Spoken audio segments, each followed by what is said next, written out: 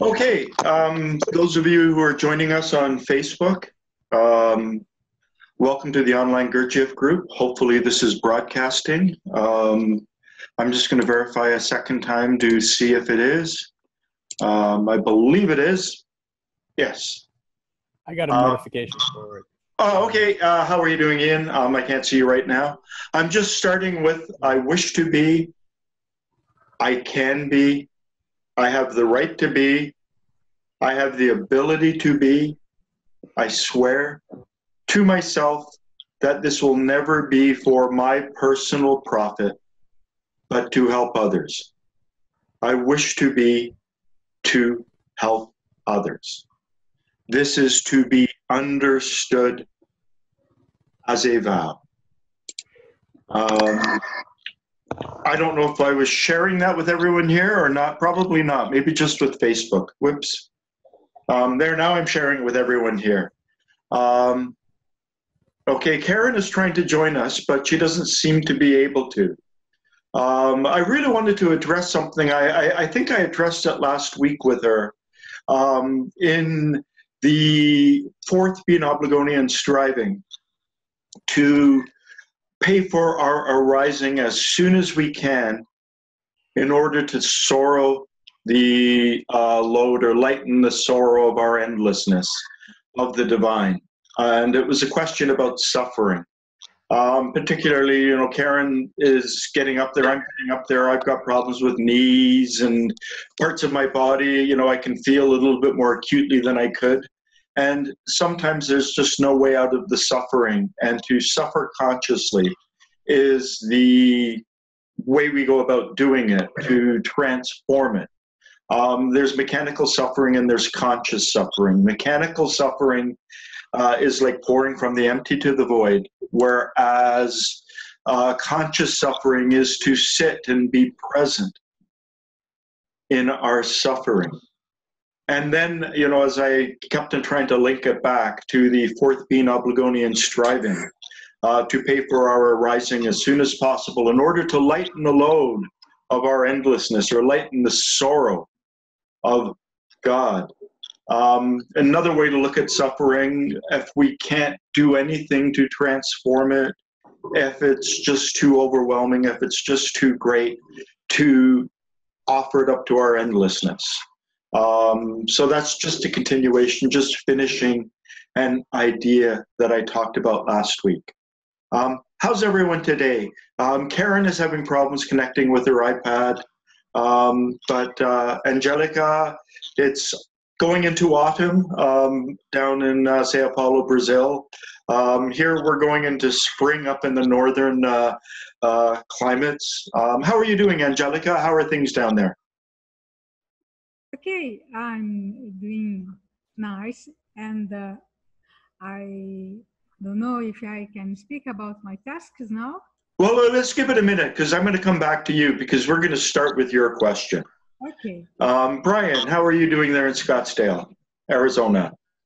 Everything's going really good.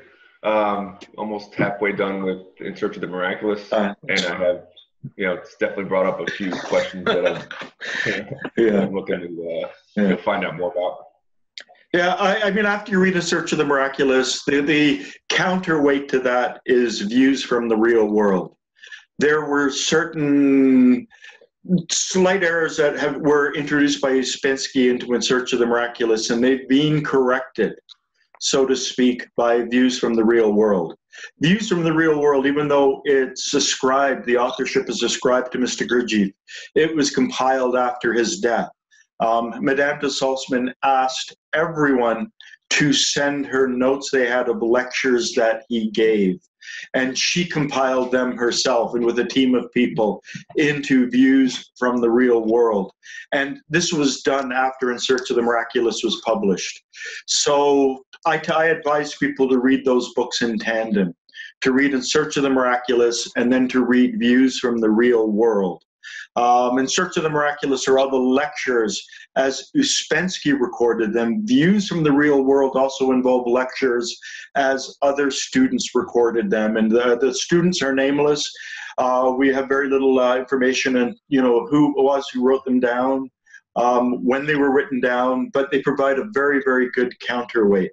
So that's my recommendation, Brian, to introduce yourself to the teachings. The next one, views from the real world. How's the weather in Scottsdale? Just sunny, beautiful, hot? Pretty much perfect. Pretty much perfect. 75 sunny, yeah. Okay, 75. I think in Brazil it's 25 degrees, which is, I think, about getting close to 79, 80 degrees, but it's not the dry heat. Sana, how are you doing? How are things? Are you in Istanbul, Turkey? Yes, I'm in Turkey in a city named Bursa. Bursa, Things okay. things are very good, and we're entering the spring, still a little bit cold though. Okay. I mean, what's the weather like in Bursa? I'm not even sure where Bursa is in Turkey. It's it's like 4 hours away from Istanbul, so it's not that far. It's almost the same. Okay. Is it on the ocean or on the sea, or there's no oceans there? Is it on the sea, on the strait? Yes, it is on the sea. Yes, it's on the sea. The Black Sea or the Mediterranean? No, Mediterranean. Also. Mediterranean. Okay. Okay. And Ian, sorry about last week. I forgot to press send. So you got the opportunity to watch the show, watch the Facebook Live version rather than participate in it. How was that? Was that interesting or? It was good. Yeah. I mean, I felt, it was ostensibly the same as being on here. Like, obviously couldn't, contribute to the conversation much. And there were moments of like, I mean, it's a little embarrassing, but there were moments of like, what happened? Why am I not on there? Yeah. Is Allan mad at me? Like, did I, like all these stories running in my head. I wasn't taking them too seriously, but I definitely saw them come up a few times. Well, I went back to where I post the meetups, and I put it there, but I forgot to click the send button. So Karen said, is there a meeting today? And I thought, why is she sending this to me? So I just sent her the link a second time, privately. And I didn't realize that the reason she said that was because it wasn't sent. I really need someone behind the scenes to be monitoring what people are saying on Facebook and to be monitoring all sorts of other things. I think I'm about the limit of my, ability to be on top of things, the technological aspects. But here we are. Angelica, you posted a question to me last week, and I thought this is a good opportunity here to answer the question. Can you pose the question again? Yes. Okay, go ahead. Yes, me? Yes. Yeah. Okay. No, I start with the decision. Okay, the decision exercise, yes. Yes, decision exercise. And I decided some tasks to do, okay? And every day I could do that without problem. But after 2 weeks, I perceived the tasks were turning to habit, okay? And I was, I made one break. Don't fall asleep again. In my first question is that when I perceive that tasks turning to habit, it means I get over the challenge, so it's my first question. And my second question, it's not a question, but I decided to add some changes in my day life. For example, I changed the place where I had lunch and breakfast, and was a surprise for me because I live in this house about 25 years, and I moved my table very close to the window, and I discovered new sounds, flavors, aromas, and birds. Even if they were here 20 years, I could hear new sounds. And my second question is if now I can get my coffee with left hand and with right hand. I can sit close to the window and also back to the old place. And this means, Allan, that I cross some step or not? Well, let's get back and, talk about the decision exercise to begin with, so that those who are new to this can understand where we're coming from. Mr. Gurdjieff apparently learned this from his father. It was a way to get into a deep state of relaxation, and in that special state, that's the term Mr. Gurdjieff used to describe it, in that special state, to decide on a course of action, something that will break us free from the mechanical, habitual realm that we normally live in. So perhaps we always reach for door handles with our right hand, and we can decide to reach with our left. And the thing is, we're not really doing this exercise in order to change from our right to our left hand. The way our brain is hardwired, the way our body is hardwired, we have a dominant side of our body, we have a non-dominant side of our body. There are certain subroutines that are best done by the dominant side, others that can be done by the non-dominant side, and we cannot escape the mechanical nature of this world.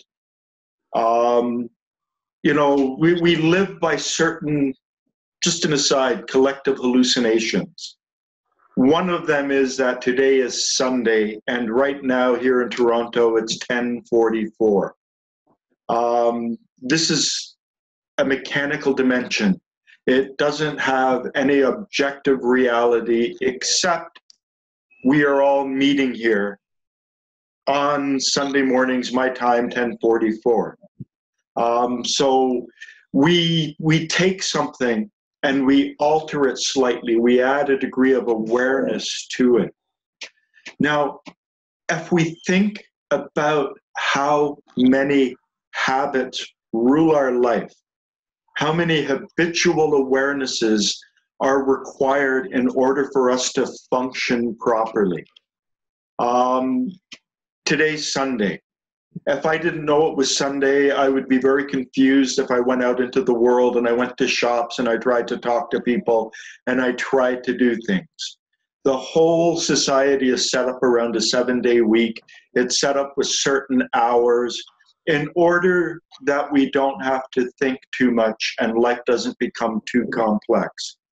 Now, in this room where I am, there's a light over there, there's a light there, there's a light there, there's a light behind me. We walk into this room, and let's say you have never seen one of these lights before. It's completely new. You look at it, and you project habitually the idea of light onto it. And along with that, you habitually project that there's an on-off switch, or else it's plugged in, and it can be turned on or off. If every time we walked into any room that had a light in it, we had to stop and think, what is that object? It looks like a light. I wonder if it's got an on-off switch. I wonder if it's plugged in. To go and spend all of that time to verify that it's a light would be a waste of time. We see a pile of shoes. We know they're shoes. We see chairs. We know they're chairs. You know, I've got a whole bunch of chairs facing me, and then I've got a chair, a sofa, a chair I'm in, another chair.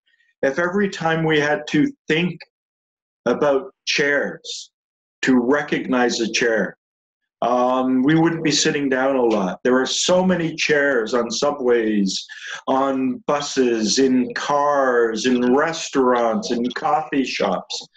We don't have to think about those. So it's not that the mechanical state is an enemy. The mechanical state and that habitual awareness that is always present within us allows us to function in the world. If we erase that part of us, we would not be able to function at all. We wouldn't know how to open a door. We wouldn't know what a chair is. We wouldn't know how to turn a light on or off. We wouldn't know so many things that we just habitually take for granted. Now, as an apartment building, let's say, you know, the first floor is metals, the next floor is minerals, the next floor is the vegetative self, the next floor is invertebrates, the next floor is vertebrates, which is the habitual level, and then the floor above that is the mindful and self-reflective level that we're hoping to step up towards, to sort of turn all the lights on and power up that self-reflective floor. Doesn't mean we have to gut the habitual floor below it. That would be like gutting the invertebral self, gutting the plants. I mean, the vegetative self still exists within us. You know, we still transform the food of vegetative products, and it's generally done in our intestines and around our navel. We can't just erase a floor on that apartment building of our being. But in order to begin to move the focus of control from the habitual realm up to the realm of personal reflectivity, personal consciousness, which we can use the term mindfulness, even though Mr. Gurdjieff never used the word mindfulness. He would have used the term personally conscious or even self-reflective. To move up to that realm requires activating the power on that floor, making sure the lights on that floor work, getting our consciousness up to that floor, but it doesn't mean completely eliminating the floor below. So the purpose of the decision exercise is to become aware of how much of our life we spend in the state of waking sleep, in the state where we're just habitually present. We're really more vacant. We're not here in this world. We are not aware of ourselves in the present moment, in here and now, in this moment. We are in that mechanical, habitual state. For the most part, our world is set up so that we do not need to live in the higher state of personal consciousness. We do not have to be present to our body. We do not have to be present to our breath, present to the sensation of self, present to our environment around us. As Mr. Gurdjieff said, people write books, give lectures, fight wars, you know, lead their entire lives in the state of waking sleep, living in that one story of an immense apartment building without ever trying to open up the floor above. And it's not necessary in the scheme of creation for a human being to awaken, to step up to that next level of reality. We are all serving a purpose just as we are. We are breathing and transforming the oxygen. We are eating and transforming the foods. We are looking, listening, smelling, tasting, even though at a mechanical level, and transforming those energies within our beings. We are a fully functioning energy generating factory as we are. But what we want to do is to generate a higher energy, to step up to the next level, to raise the frequency of our being. And to do that, we will not leave the habitual level below. We will not ignore it. It's still as important as the vegetative level within us, which is as important as the mineral level, which is as important as the metallic level. These are all built one on top of each other. Let me just bring this up. I've got to, bring one of my diagrams up, which will help to show this just slightly more clearly. I have really focused on this diagram before, the diagram of all living things. Let me just share it. So this is the apartment building that we are. And this is the version found in In Search of the Miraculous. Otherwise, up here where it says angels, I would put awakened man. And here where it says vertebrates, I would put slumbering man. But this is the level, World 48, the level of vertebrates, the level that we share with creatures with the spinal column, is the habitual realm. And we are striving to step up to the level of personal reflectivity, which is the level of natural man, not man as he is found on this planet. So there's this hierarchy of levels from 1536 to 768 of metals and 384 of minerals and 192 of plants and 96 of invertebrates and 48 of invertebrates. And 48 is the habitual energy where we do things with our right hand, where we do things without any kind of conscious awareness. And so we want to grow our being up to the next level, up to World 24. I think I actually have one of these. Yeah, just give me a second. Share it properly. Hope I'm sharing the right one. Yeah, here I've got awake man, mindful man, slumbering man, and the vertebrates. Actually, I've got a better diagram than this. Just give me a second. That can show it a little bit more accurately, if I can find it.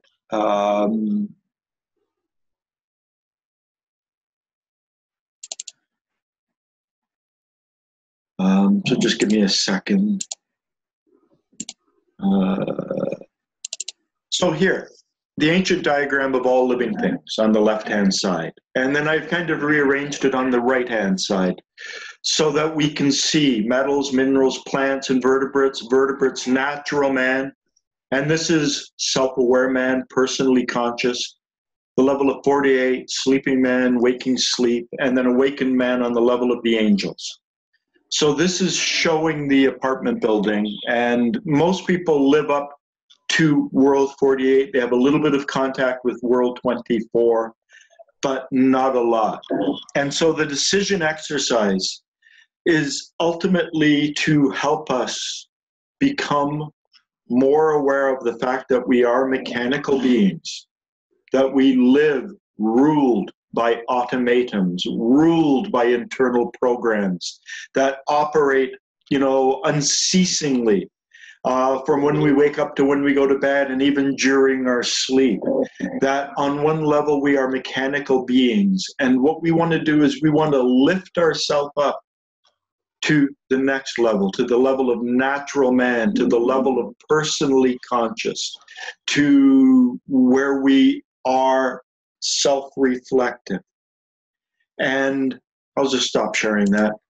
So these exercises, particularly the decision exercises, designed to show us, one, how mechanical we are, two, how difficult it is to actually step up to that level.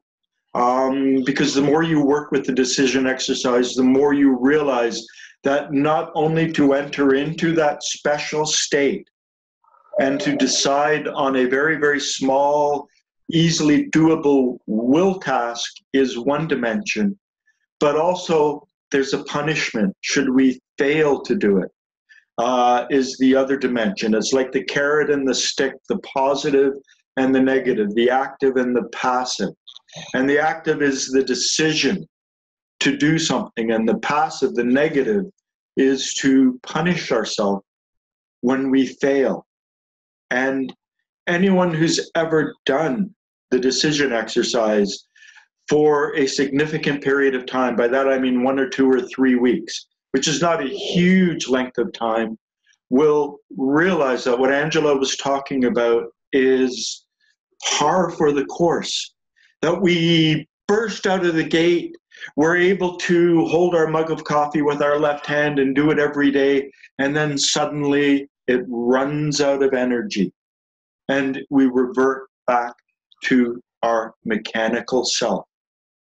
And at that point, we can either punish ourselves, so perhaps go without coffee for 2 hours, or do some punishment that we've agreed on in that special state where we decided on the task, or we can use it as a moment to observe ourselves, to become aware, wow, I didn't do that, and to begin to try to understand ourselves as a machine, to begin to try to understand how many mechanical aspects operate within ourselves below our awareness all the time.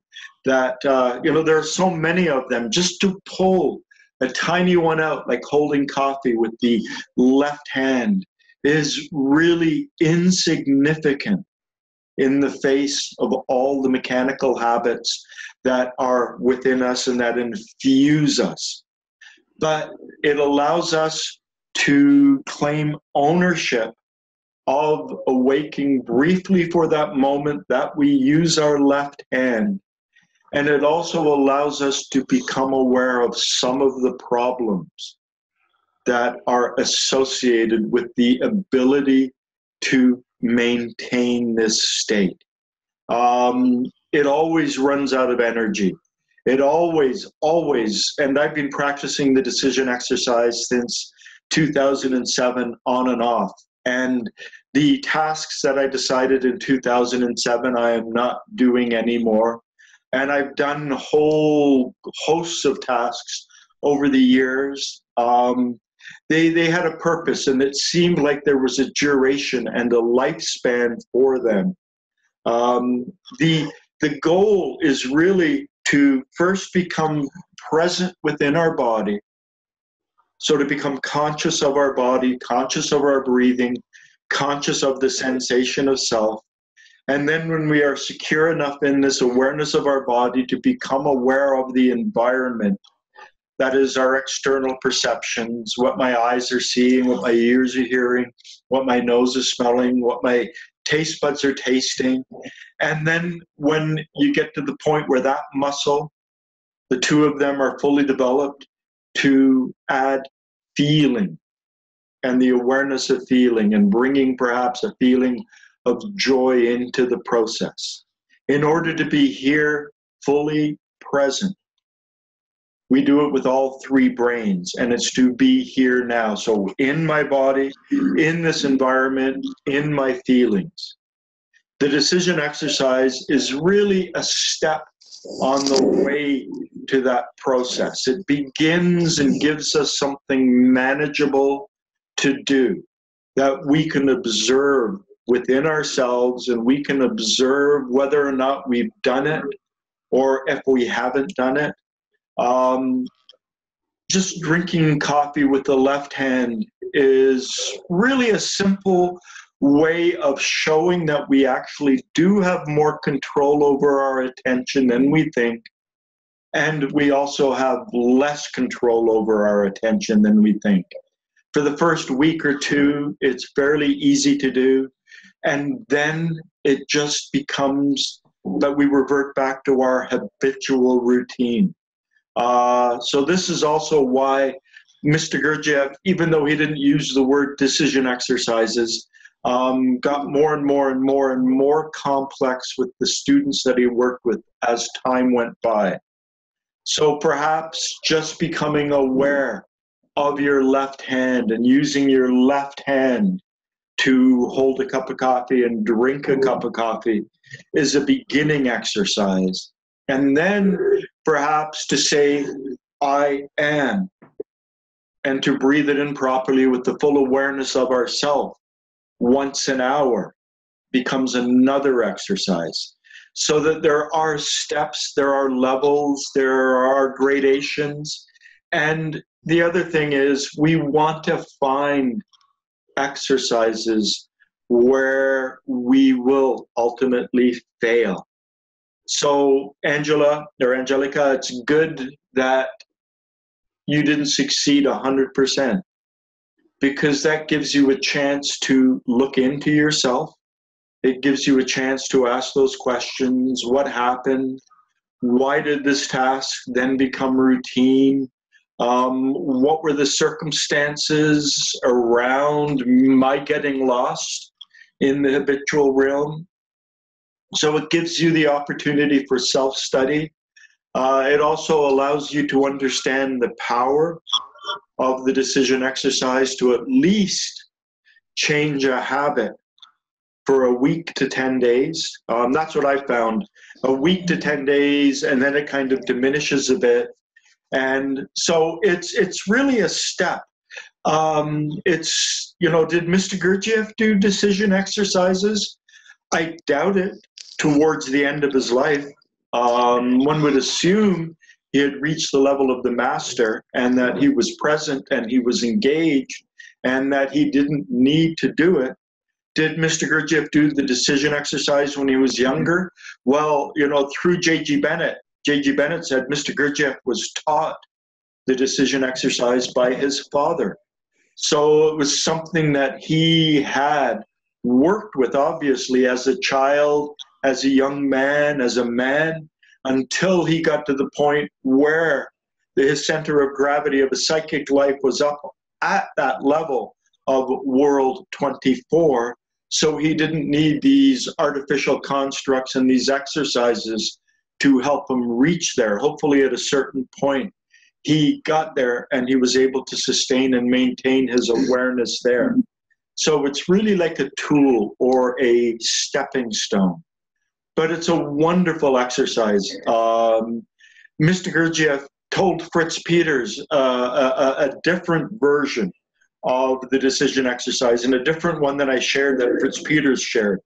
He told Fritz Peters, while you lie in bed in the morning, think of 5 things to do with your presence, with your awareness. 5, tasks that you have to do. And Mr. Gurdjieff said, if you do that, your output, your productive output will double. And by that he meant, you know, when Fritz Peters was a boy, Fritz Peters in that special state, in the state of deep relaxation, visualizes, senses, becomes aware of himself, weeding the garden, because that was one of his tasks, to weed a certain garden, and then to go and cut the lawns, and then to go and, you know, check the chickens, and then to go and to just think of a number of his tasks in that special state and decide on them as he's waking up. So for the first 10 minutes in the morning, to focus and to use the decision exercise to kickstart the day. Mr. Gurdjieff said that the productivity of the day will increase. So there are a number of different dimensions to this element of the decision exercise. Ian, I'm going to bring you in here. I have no idea what you're going to say, but I know you've done this exercise and you've been doing it on and off for a while. What are your observations with the decision exercise? I think the biggest takeaway for me is it gave me a taste of what it means to be awake. or personally conscious. In that, my task was to put my pants on, left leg first. Normally it's right leg first, pretty basic thing. But in the moment where I realized I had just put them on the habitual way, I recognized in that moment, oh, I was asleep, I am awake. And that over time became more important than whether I put my pants on. At some point I was like, okay, left leg every morning, whatever, this is fine. And I was, a week and a half, whatever you said, I was like, okay, this is kind of done. But it gave me that taste. And so now it's much easier for me if I'm walking around if I catch myself, to be there when I catch myself. Yeah. You just highlighted something very interesting.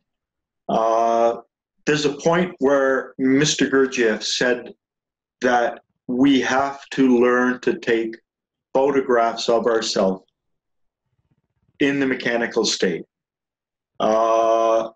Without the ability to take and collect these photographs of ourselves in the mechanical state, we will never really be able to engage in self-observation and self-study, and never really be able to begin fixing ourselves, to fixing the leaks, to rebalancing the machine, to doing the inner work necessary. Unfortunately, he didn't tell us. He didn't leave practical instructions on how to take these little tiny, brief, infinitesimal photographs of ourselves. And you just described that process, Ian, where it gives you the chance to just look at yourself and step up to that awakened state. But it also gives you the chance to see yourself just before you stepped up into that awakened state, to notice that habitual nature of yourself. So this is another benefit of the decision exercise. It just gives us briefly the opportunity to see ourselves in that mechanical state. At the realm of world 24, or the realm of world 48, excuse me, the mechanical realm, the realm of the earth, hydrogen 24, where we are automatons, ruled by habits. Mr. Gurdjieff used the metaphor of machines. A machine is unable to observe itself. A machine, under this definition is unable to be self-reflective. This level of self-reflectivity, this awareness of myself here, myself breathing, the sensation of my body. A machine is not able to have this awareness. But we want to get a lot of pictures of what it's like to be a machine.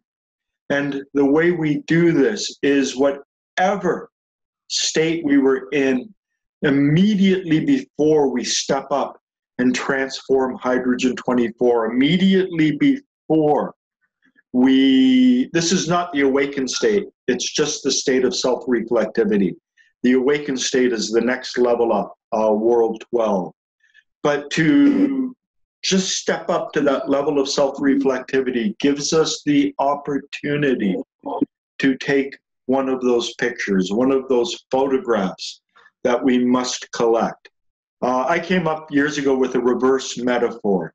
Years and years ago, I was at my ex-wife's grandfather's house, and he lived in the middle of the country, and it was a really old house, and there was a light in a room that had no windows. And I looked at that light and I turned it off. I think it was actually a cupboard, a bare bulb in a cupboard with the door shut. And I wasn't immediately plunged into darkness.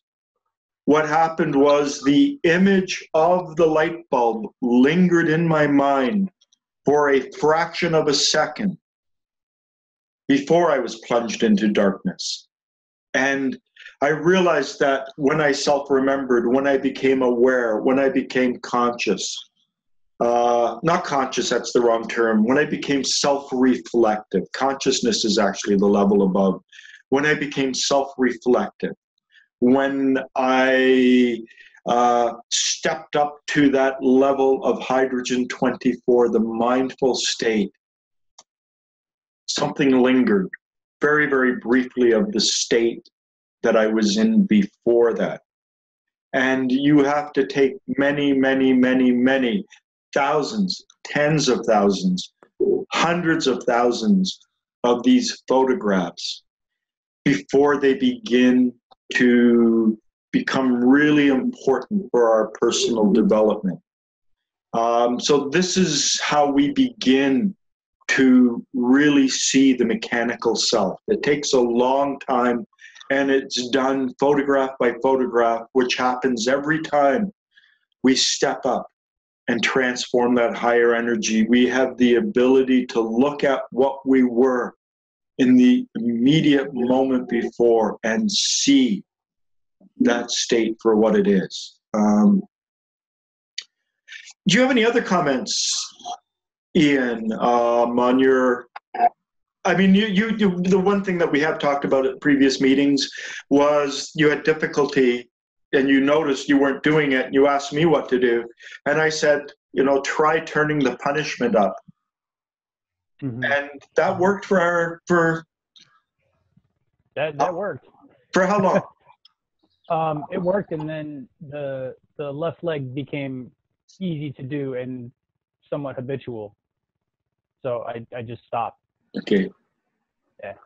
Yeah, I went from, originally I was holding my arms out, and that didn't seem to kickstart any change, and I switched it to getting in the shower while the water was still cold, and that was a little more of a shock. Form of punishment. Anyone else have any comments on this? Sana, have you ever done the decision exercise? Well, I did something like it, but not totally like it is. Every day I am putting like some tasks I should do, and some of them include that I may be aware of myself.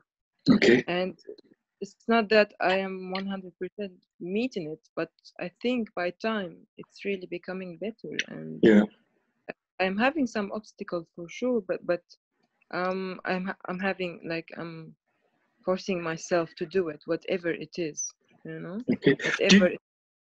Can you just offhand think about some of the obstacles you're encountering? Yeah, the obstacles. I think first it's myself. Like I don't want to do this. It doesn't feel very comfortable to do it. And like this, for example, or sometimes I really feel like I'm out of energy to do it. Like really, but if I do it in the morning, it's really easier. Yeah. When it comes to the night, it becomes harder, much harder. I mean, that's a very great illustration of the fact that this inner work takes a higher energy. And to be aware of the fact that in the morning, when we're more rested, we've, you know, acquired all of this energy, we're more able to do these exercises. And as the day wears on, we are less able to do them just because we don't have the energy. And this is such an important thing to realize. Mr. Gurdjieff said that, you know, a person, and this was to fairly high-level students of his, that they should never work more than a third of their day. And by work, he meant inner work, this work of self-development. And that for a third of our day, we should be engaged in the dollar business, so to speak, earning a living. And a third of our day, we should just blank out. That to try to do this 100% of the time it just doesn't work. Mr. Gurdjieff said even an awakened person has to experience and does experience all the lower states of consciousness every day. They're not always fully in the awakened state. Mr. Gurdjieff talked about the dollar business. One of the things that he did was he priced antiques. He would be in Paris and he would spend hours and hours pricing antiques. And he said that when he did that kind of work, he was half asleep. By that, he would mean he wasn't in the awakened state and he wasn't in the habitual state. He was in the state of personal reflectivity. He said if he wanted to go to sleep with his eyes open, in other words, go into the state of waking sleep, he would go to the cinema. He would go watch a movie. Apparently, when he was in Wisconsin and Frank Lloyd Wright's place called Taliesin, he insisted that they go to the movies every Saturday night. And he was there for a couple of months with Olga Viana, Lloyd Wright, and Frank Lloyd Wright, the architect. And so he talked about that, you know, we're not supposed to live like the lighthouse with the light on all the time at that highest state. Throughout the day, we go through all of the states. We pass through them all. And there are times when it's important to just allow ourselves to sleep. If we don't have the energy and we try to push through, if we can somehow get in contact with the great accumulator, the higher accumulator, we might be able to push through. Otherwise, we have the potential to burn ourselves out. And it's all about energy. So if we don't have the energy to work on ourselves, we cannot work on ourselves because we don't have the energy. And then we have to ask, how do we accumulate that energy in order to work on ourselves? One way is to do this inner work in the morning. Somehow by doing inner work exercises, the morning sitting and whatnot, in the morning allows us to have a little bit more energy as the day progresses, so that we're able to do a bit more work. But Sana, there was something else that you talked about.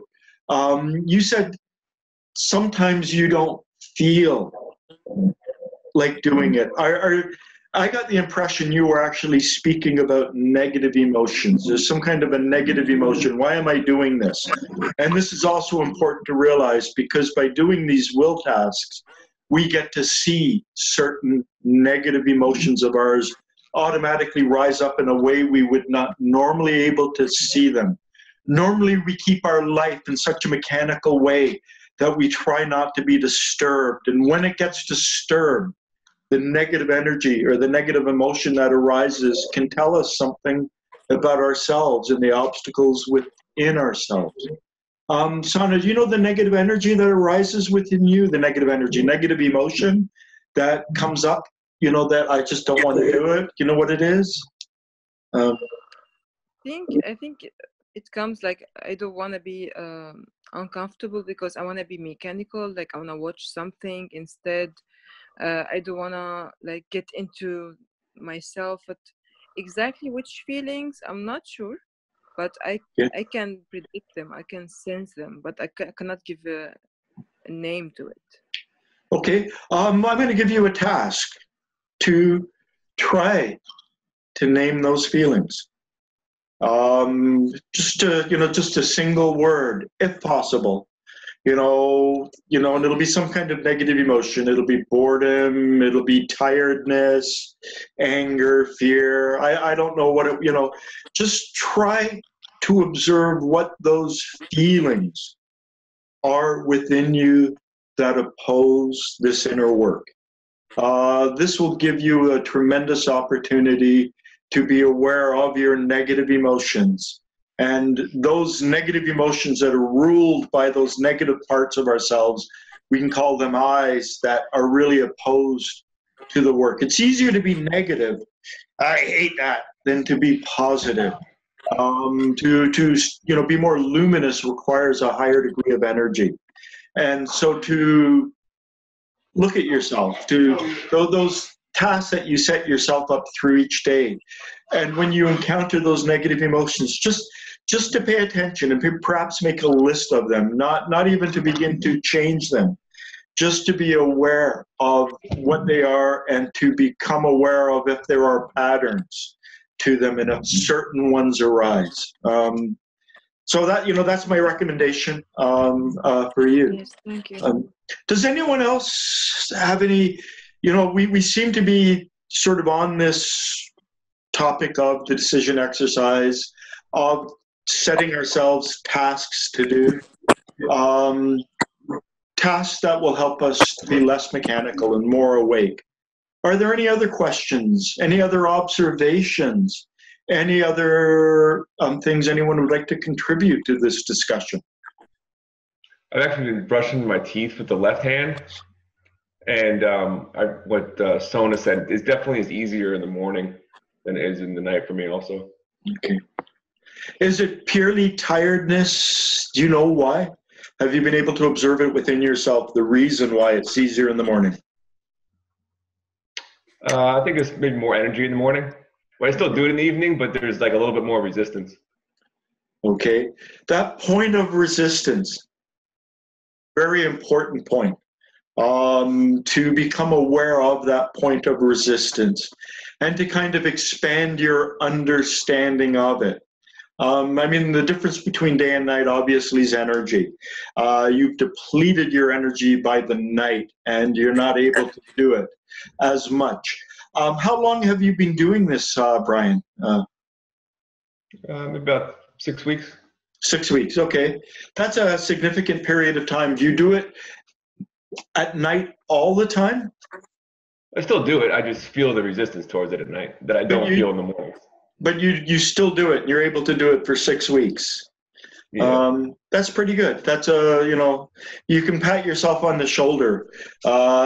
Normally there's a sort of a lifespan of 14 to 21 days before we start running out of steam with certain tasks. And we either have to re-energize those tasks, lift them up, change them, add a different element into them. That's pretty good that you've been able to do that. Anyone else have any comments about this? This seems to be today's big focus. Angelica, do you have any other comments on this? Oh, it's okay. Yeah. Oh yes, I have just I want to tell you that when I change the place for my breakfast and lunch, I also changed the place where I feed my dog. Oh, okay. Yes.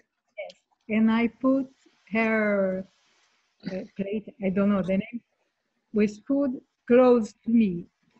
And my dog comes and look at that, sit, eating, but next day back to the old. Goes to the old place. The dog will learn. I mean, this is something else, actually. I'm glad you said this. There are tasks that are really part of the decision exercise, that we put ourselves into a deeply relaxed state, and then in that special state, using Mr. Gurdjieff's words, we actually decide on a task and we visualize, hear, smell, taste, sense ourselves doing that task with as rich an imagination, rich sensory visualization, imagination as possible. So imagining reaching out and doing things. And this is a way to bring a degree of conscious awareness to tasks that we set up for ourselves ahead of time. And we want to find that place where it's easy and it's difficult. We want to be on the line. And so if it gets too easy, we want to move the line over. So the failure is as, a real possibility as success. Now, the other thing that we can do, and this is not part of the decision exercise, but it has the same effect. And this is something I did for years. I would always have my keys and my lip gloss in my right pocket. I would have potentially money in my left pocket, my wallet in my back right pocket.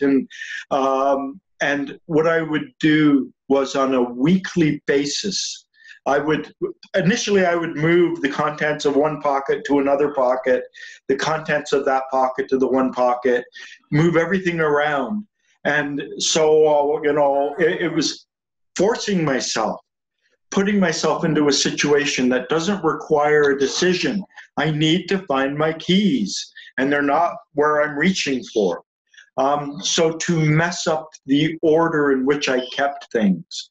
And initially, I would move the contents of one pocket to another pocket and move them around. And then I would just move half the contents, and I would do all sorts of little things.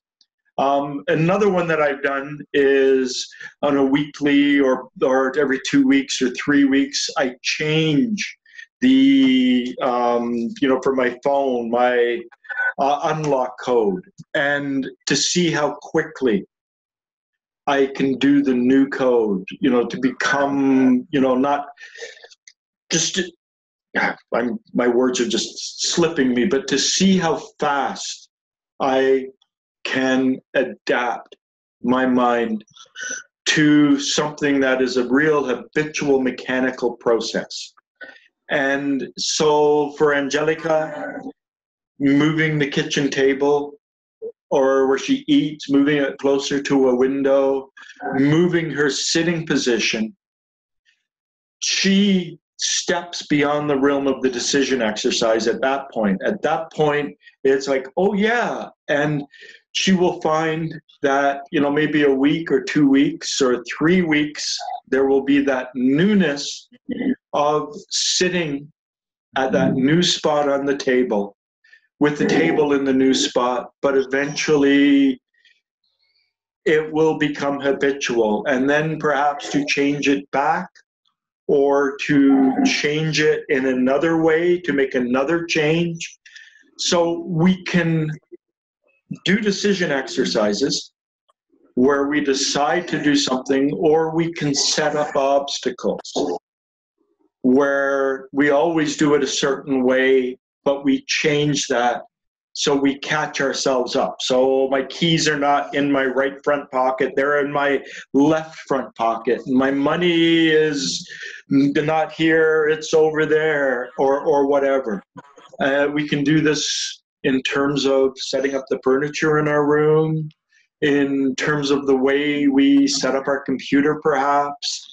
There are many different ways we can begin to alter dimensions of our environment so that it forces us to stop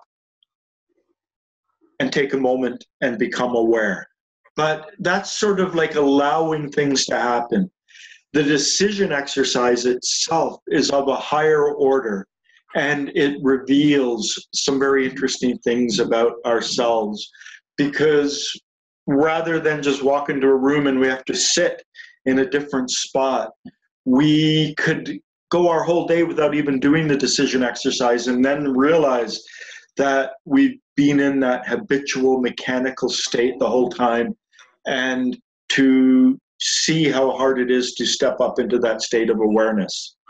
So that was a very interesting observation, and a change that you made, Angelica, just by moving the table. And it's interesting how the dog keeps on going to his old spot, but keep on doing that. Keep on feeding him in his new spot, and you will realize at a very certain point he will have completely habituated to the new spot, and he will expect it from the new spot. And then, he's a dog. He lives at that level of habituation. You can perhaps change it back so it will be a reminding factor for yourself, and to see how long it takes him to get used to it going back. If you put it back to the original spot, it won't be too long. Much quicker for him to get used to the old spot than to move it to an even different spot. So we have these opportunities to bring our awareness back into this present moment.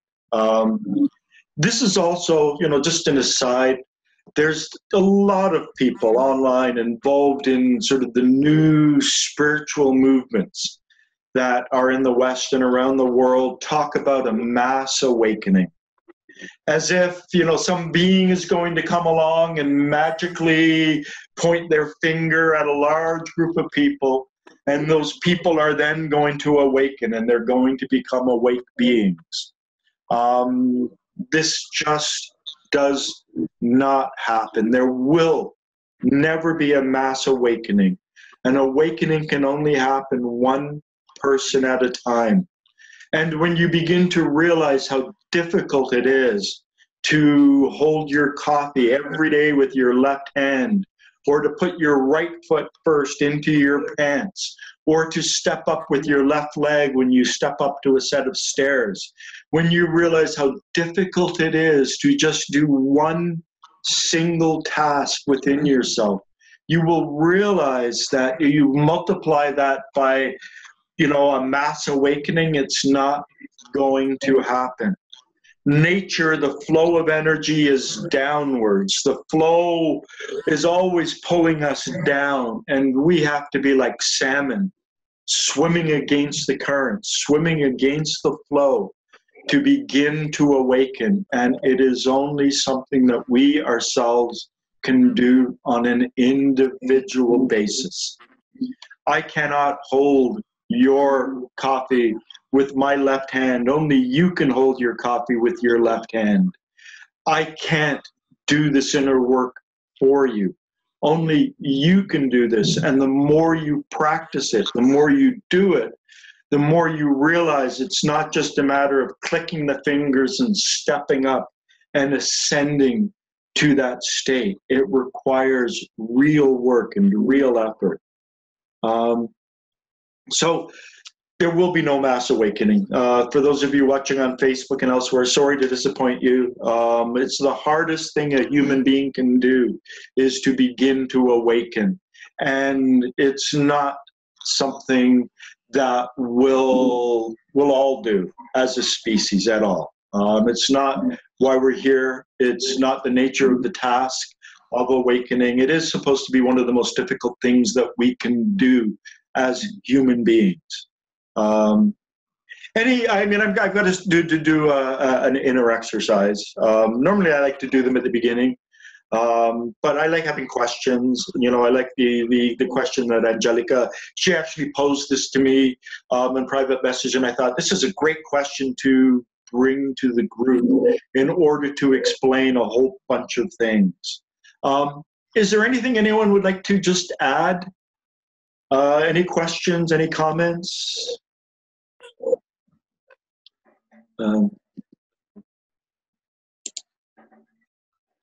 Okay. I think I still have it, and I did it right at the beginning. I wish to be. Just looking at this, Mr. Gurdjieff said that wish is one of the strongest things in the universe. And he uses the word wish in a very special way. He said that a properly said wish, even God cannot oppose it. And so this is not whimsical thinking on his part. I wish to be. There's a tremendous power behind the word wish in the context of these teachings. A wish is an act of conscious awareness. I wish to be. It's an intent. It's an aim. It's a focusing. It's a goal. I wish to be. I can be. I have the right to be. I have the ability to be. In life is only real then when I am. Mr. Gurdjieff says, I wish, I can, and I am. Three together have special meaning. I wish, can, and am. And here, instead of am, he's using the word have. I wish, can, have the right to be. Wish, can, am. This phrase is evocative of another very important aspect of the teaching, the nature of wish, the nature of can. Can is the modal operator of possibility, but it's a real possibility. So it starts with a wish in the head brain, the ability to visualize. I can. It's something that is doable. And then I am, or I have the right to be, because to be is the word am. So I wish to be, so I wish am, I can be. I have the right to be. I have the ability to be. And we have to wish properly, and we have to understand the magic involved in what we're doing. But as we grow, as we develop ourselves, we develop the ability to really influence other people. And so here it's very important. I swear to myself that this will never be for my personal profit, but to help others. I wish to be to help others. This is to be understood as a vow. Now, according to Mr. Gurdjieff, a mechanical man cannot make a vow. Mechanical man is just a machine. He's ruled by automatons, he's ruled by programs, and he can think he's making a vow, but he's just a machine. When we step up to the level of personal reflectivity, when we become personally conscious, when we become mindful, only in this state can we really make a vow. And then the vow that we make in this state, heaven help us if we break that vow. So in this state, to be aware of ourselves here, sitting in the chair, in the room or the environment where we are, to become personally conscious and to say this as a vow is a very important step in terms of inner work. Now, all inner work proceeds along 3 lines. So just in your mind, say, I do this work for myself.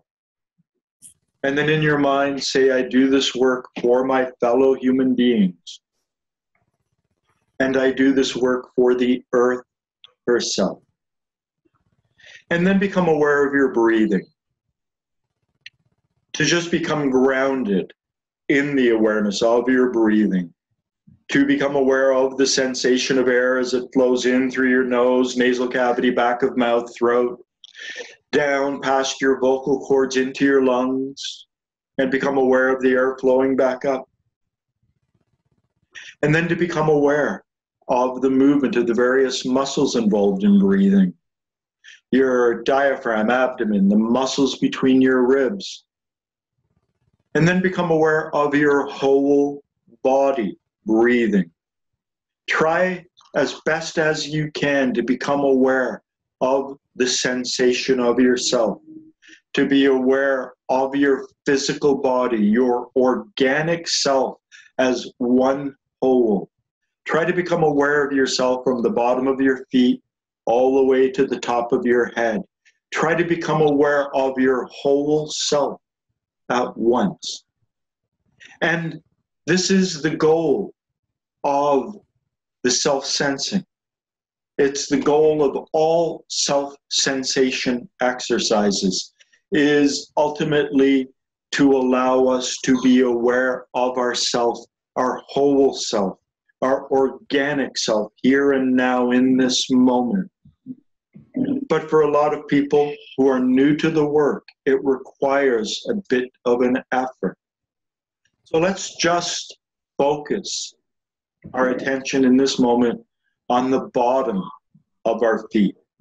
So really focus your attention on the soles of your feet, on the bottom of your toes, the bottom of your big toes, your second toes, those pads at the top of your middle toes, fourth toes, baby toes, to become aware of the balls of your feet, to become aware of your instep, to become aware of the bottom of your heels, to really focus your awareness on that aspect of the bottom of your feet, from the pads of your toes all the way back to the bottom of your heel.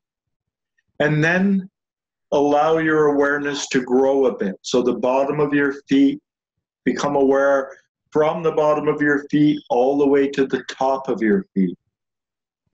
To become aware from the bottom of your feet all the way up to your ankles. So to become aware of your ankle bones and your heels and the sides of your feet and the top of your feet. And then to become aware from the bottom of your feet up, slowly moving up through your lower leg, up to your knee, then up your thighs to your hips. And when you reach your hips, also become aware of your hands.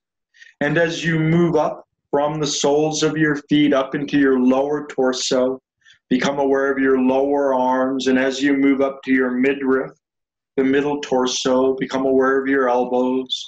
As you move your awareness from the bottom of your feet up through your chest, becoming aware of your upper arms, your upper back, chest up to your shoulders.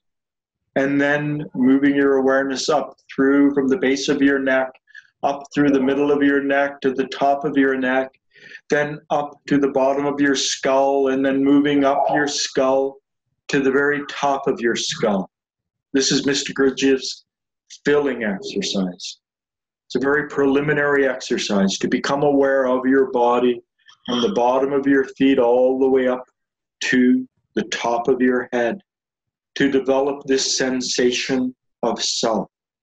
And this sensation of self, as I said, is the most important exercise in these teachings. It's a basic exercise because so much is predicated on the ability to do this. So wherever you are, whatever you are doing, try throughout the day to bring your awareness back to your whole body as one organic whole, to bring yourself back to the sensation of yourself. And then again, become aware of the air as it flows in, the sensation of air, as it flows in through the nose, nasal cavity, back of mouth, throat, past the vocal cords, down into the lungs and back out again. And then become aware of the movement of the various muscles involved in breathing. The diaphragm is the main engine of our breath. Become aware of it expanding down the diaphragmatic cavity, pushing the abdomen out. Become aware of it expanding down the diaphragmatic cavity, pulling the lungs open. And then become aware of the movement of the muscles in our abdomen, the intercostal muscles between our lungs as we breathe in and out. And ground this awareness, this sensation of the air flowing in and out, the sensation of the movement of the muscles involved with the sensation of our physical awareness, to become aware of our body as one organic whole, to become aware of our body breathing, the sensation of air flowing in and out, the movement of the various muscles involved in breathing. So become aware of your whole body and become aware of these tasks, these other parts, the sensation of air, the movement of the muscles, while still remaining aware of your body as one organic whole. This is to breathe with sensation, to breathe with the sensory self. Now, let's add the head brain. We are three-brained beings. So let's add the imaginative faculty of our head brain to this exercise. So divide your attention and hold one part of your attention on the sensation of your body breathing, on that sensation of your organic self, the movement of the muscles involved in breathing, the sensation of breathing. Hold that awareness as completely as you can. And while you breathe in, imagine perhaps breathing in the active elements of the air around us. And I like to imagine this myself by breathing in particles of light, by breathing in these more refined, higher particles in the universe, in through my breath. And then I like to imagine breathing out a gray, foggy waste. In one of his exercises, Mr. Gurdjieff said, imagine breathing out you know, as if you were smoking and breathing out the smoke. I prefer, you know, back then everyone smoked, or a lot of people did. I prefer to visualize a gray, foggy waste as I'm breathing out. So to breathe in particles of light and then to breathe out a gray, foggy waste. This is using the imaginative faculty of my prefrontal cortex, of the human brain, the most advanced part of my brain, allows me to imagine breathing in particles of light and then breathing out a gray, foggy waste. The sensation of self. This is in the sensory brain that runs from the cerebellum right in the bottom back of our brain, right down the gray matter in our spinal cord, down to our sacrum. So to imagine breathing in particles of light and breathing out the gray foggy waste while we use our sensory brain to sense our body as one organic whole and to sense the air flowing in and out and to sense the movement of muscles. This is a two-brain exercise as it stands right now. This is doubling the complexity. We are using our head brain with the imagination of breathing in the active elements and breathing out the gray, foggy waste. And we are using the body brain to become aware of the sensation of self. Now, there are some of you who are watching, who are listening, who will have no understanding of this next step because it requires years of work to begin to become aware of the difference between sensation and feeling. Feeling is blood-borne. It's connected to the air, but it's the breathing in of those higher particles that sort of touches on the feeling brain. And one of Mr. Gurdjieff's students, George Adi, said, as you breathe in, become aware of something that's different than sensation flowing into our solar plexus. And then as we breathe out, to imagine it flowing down to our reproductive organs, to add the feeling brain. Now, as I said, this understanding of the feeling brain in this process will be beyond a lot of people because it takes a lot of work to begin to develop the ability to perceive feeling. But I also know that there are a lot of people who are watching this on YouTube and who are watching it through Facebook Live who are at that point where they can begin to distinguish feeling. And unless you join a regular group like a Gurdjieff Foundation group, and they won't even properly explain it there, or a Bennett group, and they won't even properly explain it there. But they will ultimately teach you to become aware of the difference of feeling from sensation, maybe if you've been in the groups 5, 6, 7 years. There are a lot of people out there who are able to perceive this right now, who've been working on themselves, who have not had the ability to be in a formal group. And so they're not aware of the difference between sensation and feeling. And we can feel feeling, this oxygenation, this flow of energy, this higher flow of energy, this different perception than sensation. We can become aware of feeling, and through consciously breathing, through breathing in and aware of the sensation of the air, aware of the movement of the muscles, aware of our physical body as one organic whole breathing. Breathing in and imagining particles of light flowing in and a gray foggy waste flowing out, using the head brain to be part of this process, and then breathing in and becoming aware of this different quality of energy that we can feel flowing into our solar plexus. And as we breathe out, we can feel it flowing down to our reproductive organs. When we are doing this properly, we are engaging fully in a 3-brained exercise. And when we do this properly, we are engaging it in the proper form and sequence so as to begin to grow in a balanced and harmonious way our inner being. So everything else within the teachings is really a commentary. How are we leaking energy? You know, what is our personality doing to us? What are these energies?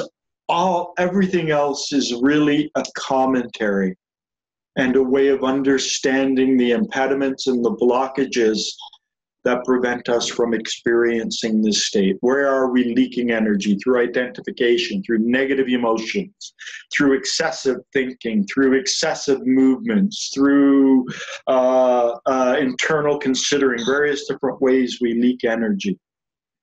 So that when we begin to fix our being, when we begin to engage in self-observation, and we begin to do this energy, we can crystallize things within ourselves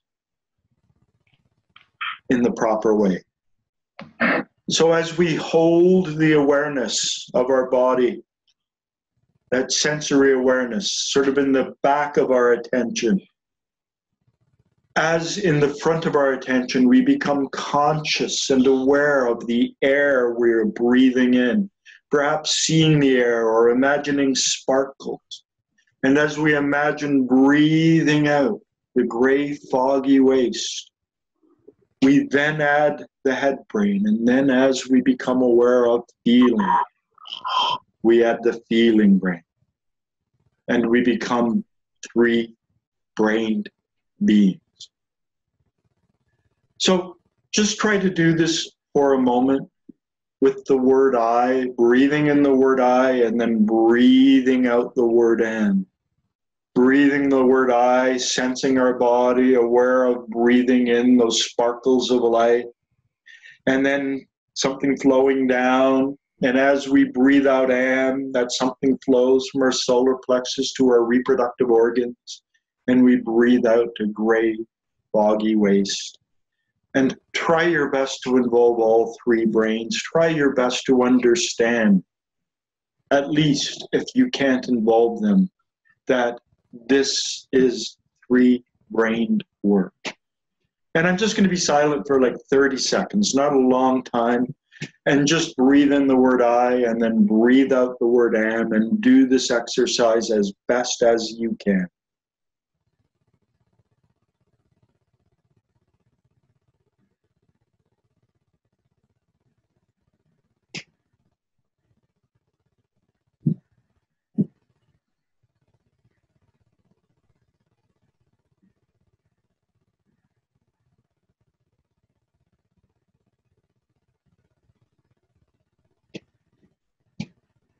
And then just allow your attention to rest. And Mr. Gurdjieff said it's always a good idea to begin any formal exercises like this or to end them with the collected state. As the earth is surrounded by an atmosphere, so too are we surrounded by an atmosphere. But our atmosphere can be pulled in all sorts of directions, dispersed. But we can collect it. We can collect it with our awareness, with our intent. So collect your atmosphere. Bring it close to you. Keep it about 1 meter, 1.5 meters wide. Imagine being surrounded by an atmosphere, perhaps like a bubble. Keep your atmosphere still. Keep it calm. Keep it collected. And in a moment, I'm going to count to 3. And when I get to 3, breathe it in. And then as you breathe out, imagine something of the atmosphere remains within yourself. 1, 2, 3.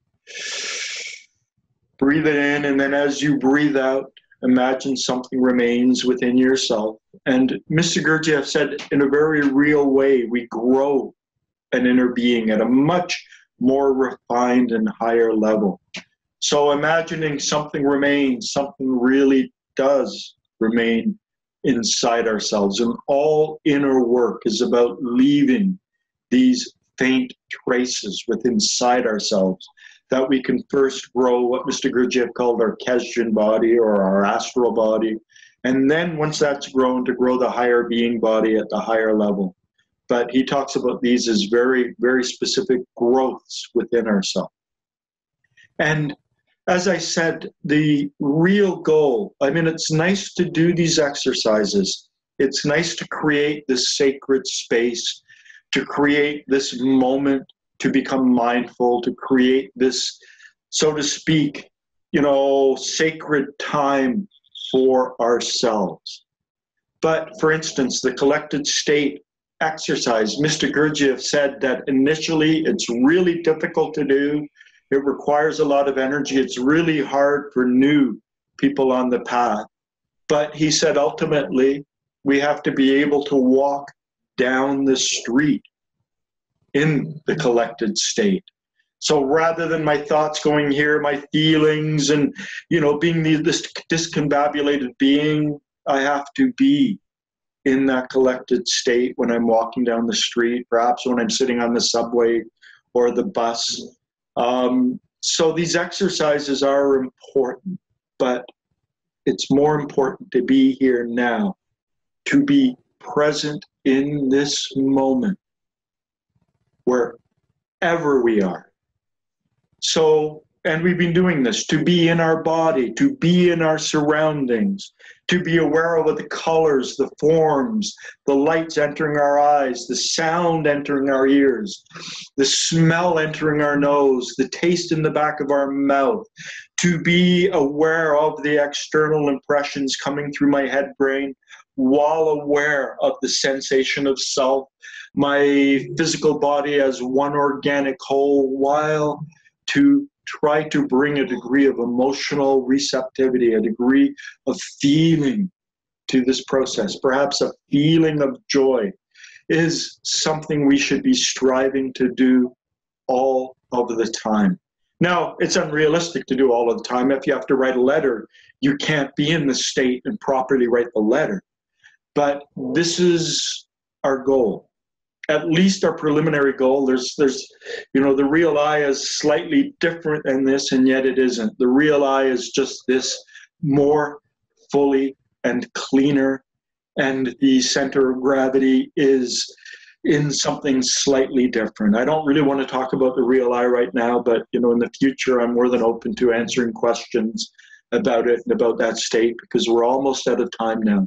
Any comments, anything quickly before we go? Just be present, be here, be aware of our breath, be aware of our body, be aware of our environment, be aware of our thoughts, and try to be aware of our feelings as well. Our feeling brain is the most atrophied brain that we have, and the one that requires the most work, particularly for men, but for all beings on this planet. You know, we're taught to not develop and not grow the feelings and our feeling states. And this is actually also related to essence.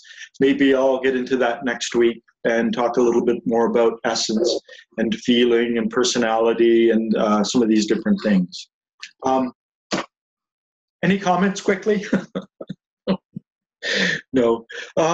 Be present. Be present as fully as you can, as often as you can, for as long as you can. And everything is just a preliminary to try to be here, to be as awake as possible, to be as aware as possible. Okay, I'd like to thank you for being here today. And let's try and do some form of the decision exercise before next week, just to get into a relaxed state, decide on something, and we can actually begin again with this conversation. The decision exercise is a very basic, very important exercise. It's noon here. I forgot, happy Easter. It's Easter Sunday. Lent's over.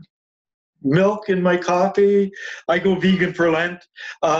Sorry, Angelica, I know you're vegan. I'm a vegetarian, so I like milk in my coffee. So I have milk in my coffee today. I drink coffee. Oh, yeah. I can not live without coffee. But I have milk in it. So, you know, I've been having almond milk for the last 6 weeks, which is pretty good. But Lent is over. I'm a vegetarian normally. I go vegan for Lent and a few other points in the year. And so it's over. I'm back to my regular eating and regular diet. And at any rate, thank you, everyone. Take care. Thank you. Bye-bye. Bye. Everyone.